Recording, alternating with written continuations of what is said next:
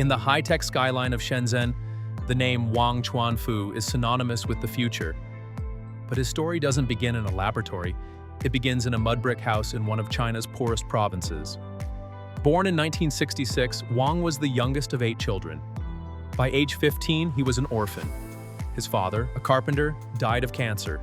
His mother collapsed in the fields shortly after. Most would have quit, but Wang's older brother and sister-in-law sold their dowry jewelry to keep him in school. Wang wasn't just a student, he was a scholar warrior. He obsessed over metallurgy and battery chemistry, earning a master's degree and becoming a deputy director at a state research institute by age 26. He was a rising star in the government, but he saw a bigger dream. In '95, with a $30,000 loan from his cousin, Wang founded BYD, Build Your Dreams. The team consisted of only 20 people. They didn't have fancy robots, so Wang designed manual assembly lines to mimic the precision of Japanese automation at a fraction of the cost. Within 5 years, BYD became the world's largest producer of rechargeable batteries.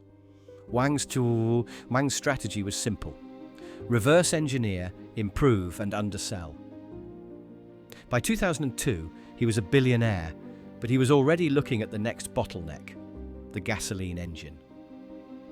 In 2003, Wang shocked his investors by buying a failing state-owned car company. The stock plummeted 20% in a day. Critics called him crazy. Wang's response? "I'm not building cars, I'm building batteries with wheels." BYD's first car, the F3, was a blatant copy of the Toyota Corolla. It was cheap, reliable, and it funded Wang's real goal: electric vehicles. In 2008, they launched the F3DM, the world's first mass-produced plug-in hybrid. Charlie Munger told Warren Buffett that Wang was a combination of Thomas Edison and Jack Welch. In 2008, Berkshire Hathaway invested $232 million. Overnight, the world began to take the battery king seriously. Success wasn't linear. Between 2010 and 2012, sales slumped. Net profits crashed by 90%. Wang calls this his darkest moment.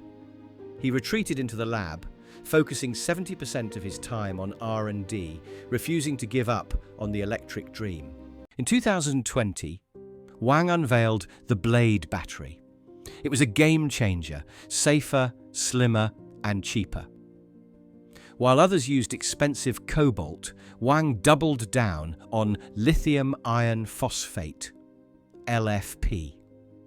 Suddenly, Tesla and Toyota were knocking on his door for technology. In 2023, the impossible happened. BYD overtook Tesla in quarterly EV sales. They weren't just a Chinese brand anymore. They were a global powerhouse with factories in Brazil, Hungary, and Thailand. Despite a fortune of $20 billion, Wang remains the peasant scientist. He lives in company housing and often flies economy. He famously once drank battery electrolyte during a meeting to prove its safety. Wang Chuanfu didn't just build a company. He helped pivot an entire nation toward a green future. From an orphan in Anhui to the man who outpaced Elon Musk, his story is a testament to the fact that if you can build the battery, you can build the dream.